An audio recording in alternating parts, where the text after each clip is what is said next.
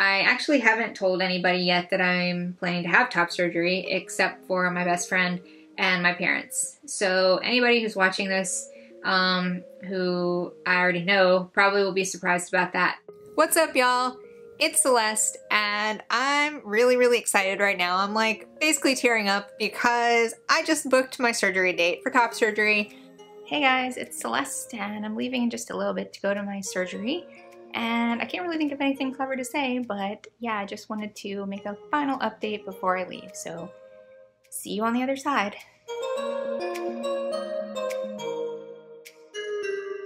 As you can probably tell, I am now post-op. Today is Wednesday, and so I had my surgery yesterday.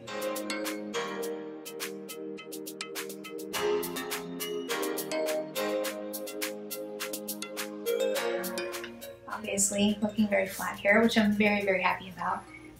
I'm really looking forward to seeing what this is like once the swelling goes down, once I won't have all this bandage on and everything like that. But like I'm already so happy with how I look from the side.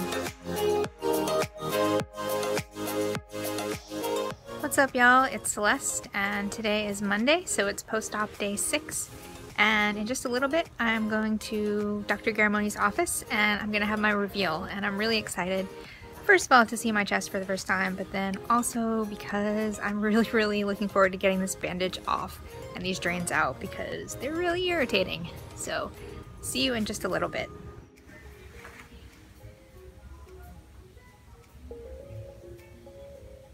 That looks awesome. You want to stand and take a look? Now I've got the typical ripples, wrinkles, and puffiness. Don't worry about all that stuff. That's going to go away over the next several weeks, okay? Okay. It'll all be nice and smooth and flat and contoured, and then this will all start to smooth out. Okay. It looks great. Yeah, it looks great. Thank you. All right, let's get your drains out, okay?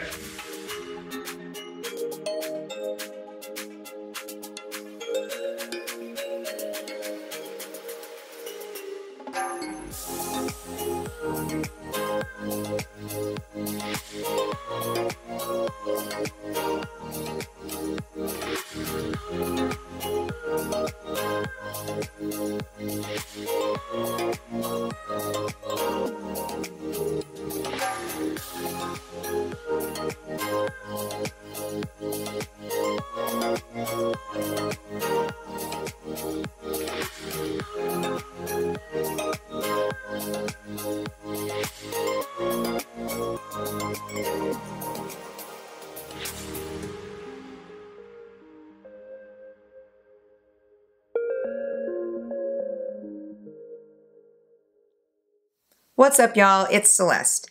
It's hard to believe, but it's been a year since I had top surgery. I am now a year post-op, which is just unbelievable because I have so many vivid memories of being down there, of my surgery recovery and the months that followed and everything. It's just hard to believe that it's gone by so fast.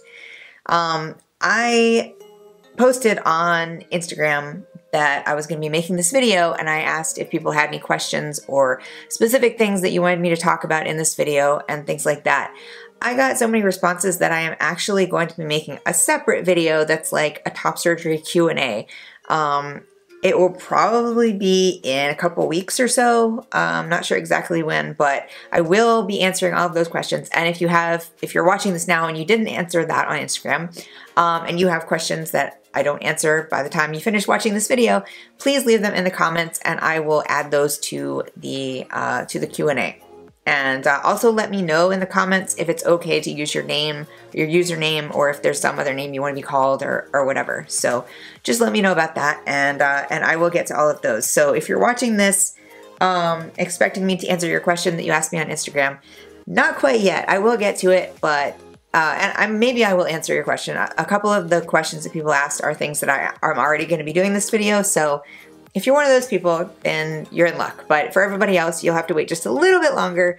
I'll try not to make you wait too long, but I do have some other stuff going on. I'm going to Pride in Orlando this coming weekend, so I'm really excited about that. I missed it last week because I was having my top surgery. I was down in Davie. So yeah, so I will get to all of those questions eventually, but for now I have a few other things that I want to talk about, so I didn't want to make this video too long. So first of all, since we just had that retrospective of my whole healing process up to this point, let's go ahead and see what I'm looking like now. This was taken today, and today is actually October 9th, so I'm not actually a year post-op yet, but close enough, right? So here we go. So here I am at a year post-op. The scars are really, really light and soft now and smooth, especially on this side, which has been this way for probably a few months now, but it's maybe even a little bit lighter than it was. This side is a lot smoother and lighter than it was as well. This section right here has always been a little bit thicker. There's been this kind of ridge area here that I, for a while, was massaging pretty aggressively, and it has smoothed out a lot in the last few months. The very end here is the only part that's really even visible. Like the rest of it, you can kind of feel it, but it's a lot smoother than it was. But as far as like the visible thickness here, it's really only the very end where just the way that the scar healed, there's kind of this little crease or like this little, I don't know, like fold there. Just at the very end, that's not 100% smooth. So that's the only real issue at this point with this end part. Over here on this side, I still have this little dog ear kind of thing, which is almost like a little shelf, like a little overhang over the bottom part underneath the scar.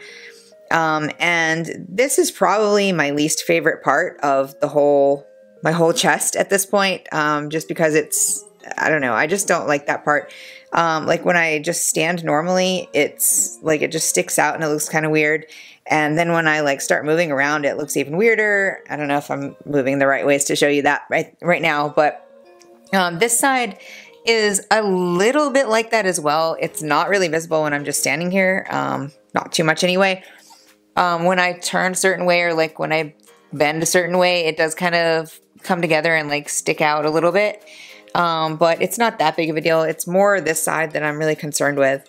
And I will get a little bit more into all of that in a second when I come back. But for now, the nipple grafts are looking really good still. And there's a little bit of nipple projection there. I think it's pretty even between the two sides. Maybe a tiny bit more on this side, but not too much. And it's also not a huge amount of projection, which I'm very happy about because I don't want that. I would just assume there not be really any, but this is a fine amount. But I'm really, really happy with how my chest is looking. I am just amazed at how light the scars are and how well everything has healed. So I will, like I said, talk a little bit more about some of the details here in just a second when I come back. But for now, here is a final look at my chest 1 year post-op.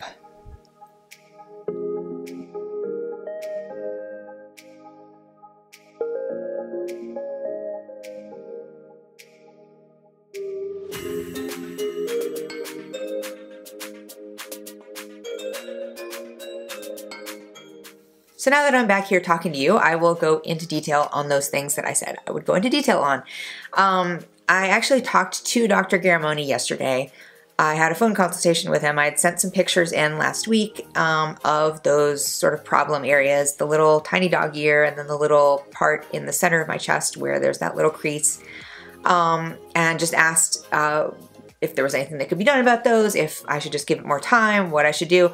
So I talked to him yesterday.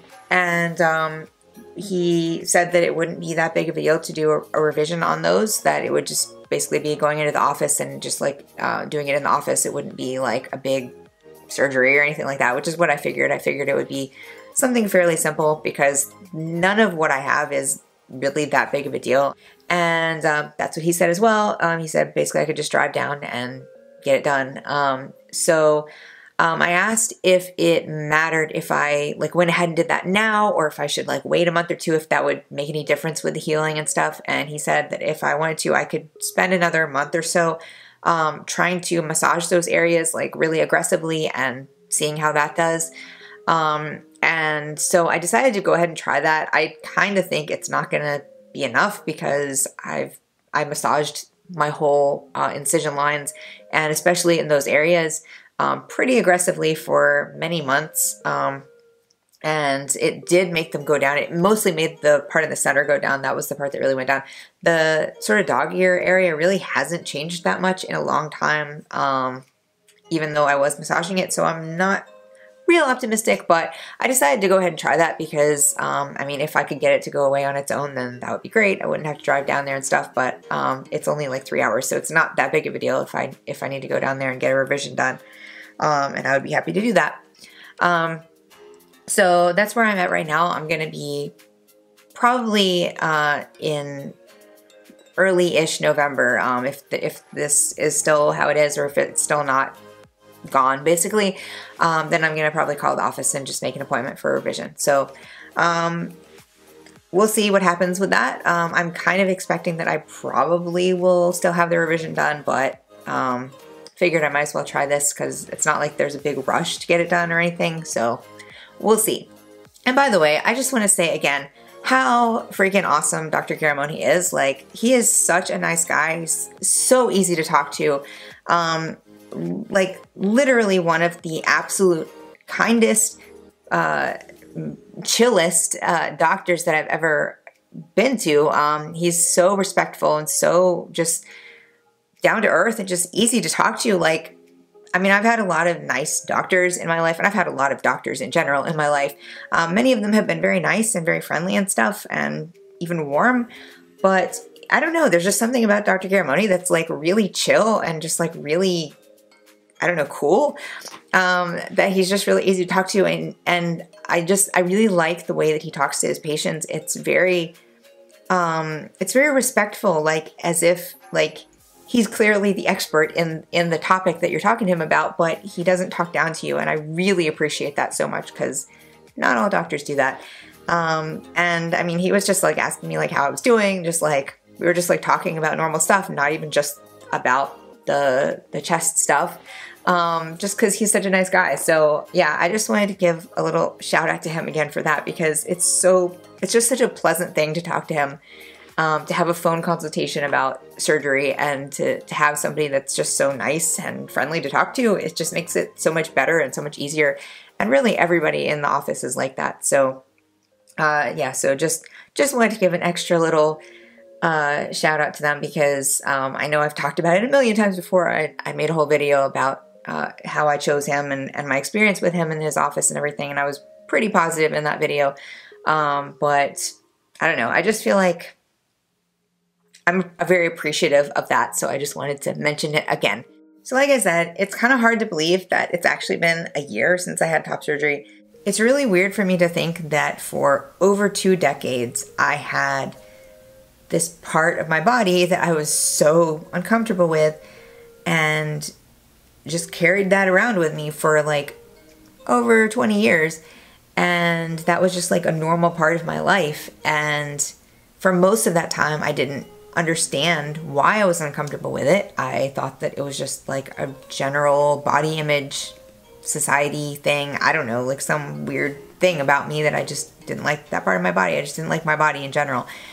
And it, like, even once I figured out that it was gender dysphoria and that I wanted top surgery, I knew what I wanted and I knew what I didn't want.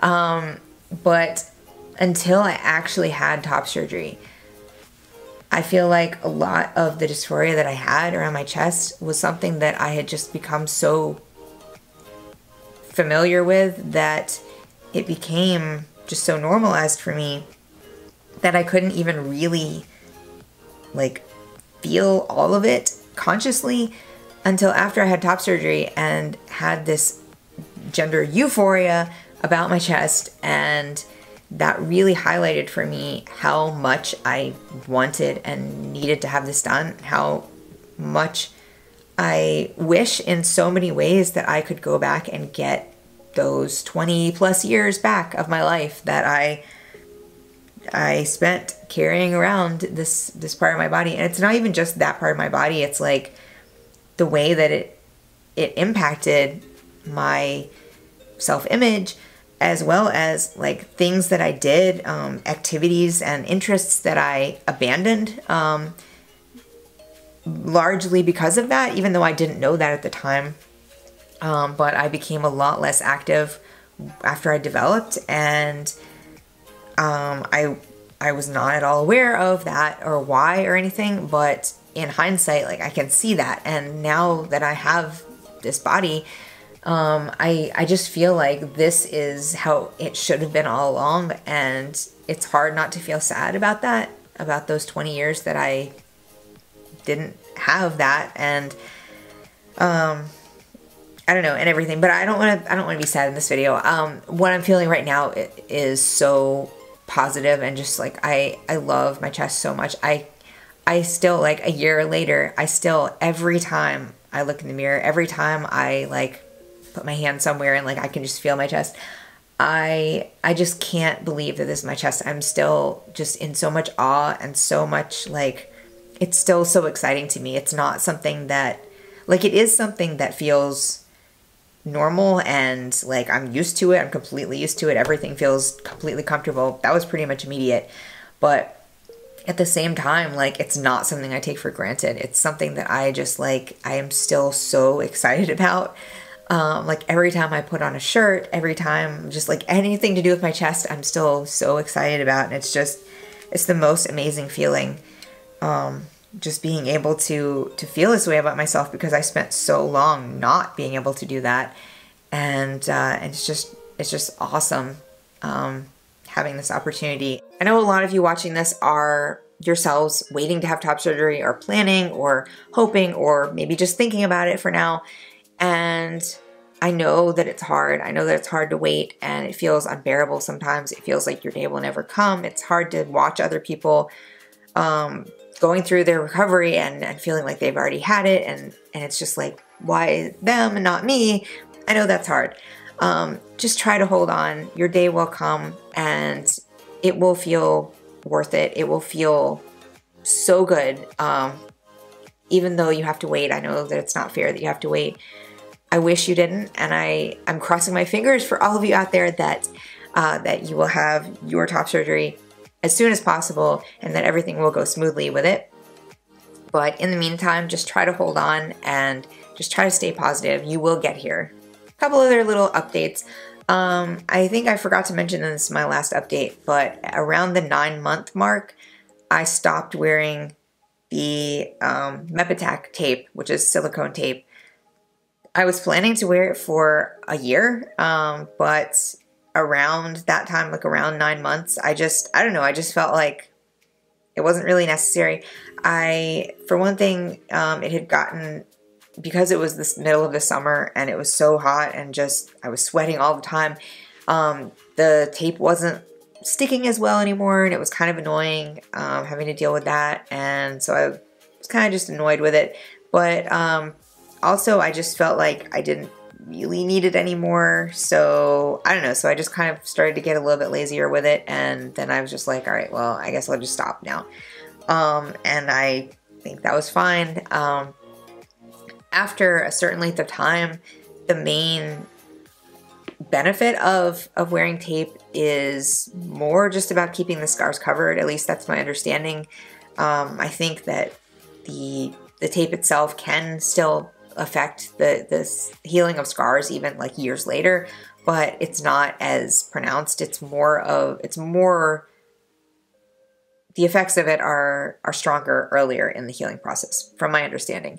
So at the point when I stopped, like I wasn't like going outside without a shirt on or anything. I was keeping everything covered anyway, so I wasn't really worried about sunlight on my scars and things like that. So I don't know, I just felt like it was probably fine to stop wearing them.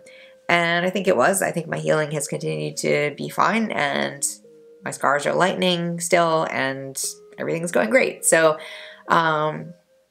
so I do have people asking me sometimes like what my scar care was, and I've talked about it in previous videos, and I will probably talk about it more in that Q&A because somebody did ask me about that. But just real briefly, I did use that Mepitac tape for 9 months post-op. So I'm sure there are things that I forgot to talk about in this video, because there always are.